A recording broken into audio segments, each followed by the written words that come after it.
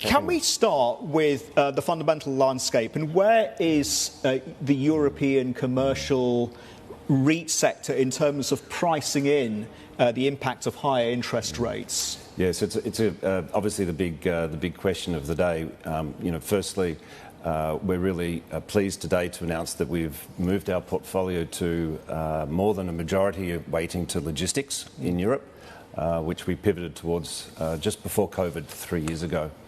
The impact of that pivot has underpinned the resilience of our portfolio. So to the extent that we've had very high levels of inflation in the last 12 to 14 months, that's really come through in our rent growth in our logistics portfolio.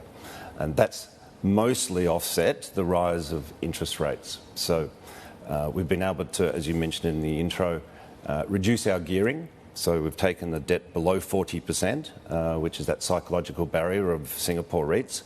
Gives us €500 million of headroom to the MAS limits and our loan covenant. So we've taken that question off the table that investors have had in mind. And then the third aspect is we've delivered today a 7.8 cent dividend, which on today's current share price provides investors a 10% dividend yield. So we think there's compensation for the rise in euro rates, with the German bonds now about 2.5%.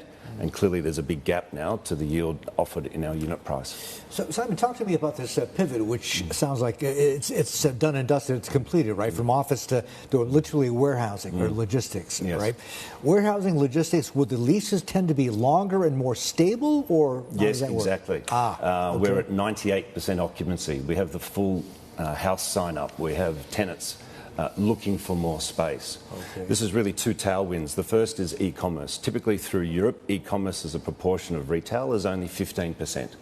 In more mature markets like the UK and the US, it might be 30%. So there's still a lot more room for growth. And the second is onshoring. You had the ports of LA on earlier. Yeah. We're seeing a lot more of European companies bringing their manufacturing back into Europe. And the sort of the highlight of that was 2 weeks ago with the European Chip Act. So the Europeans import most of their semiconductors. It's now in the Internet of Things. And they're looking to invest 43 billion euros into becoming 20% of the world's manufacturing supply of semiconductors. Yeah. Talk to me specifically about your holdings in Germany, which accounts for about roughly 10% of your portfolio. Yep. And this is Europe's, of course, #1 economy, biggest, and it is in recession. How are your properties doing there?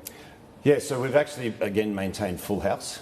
So while macro is certainly weak, within our micro locations and within our demand from our 3PLs, groups like UPS and DHL, but also a lot of this light manufacturing. We have a lot of that sort of SME and German manufacturing, which, while is softened, still is increasing the amount of inventory they carry, because they still remember the COVID period of not being able to get the ships in. Yeah. So there's this structural shift that's happening.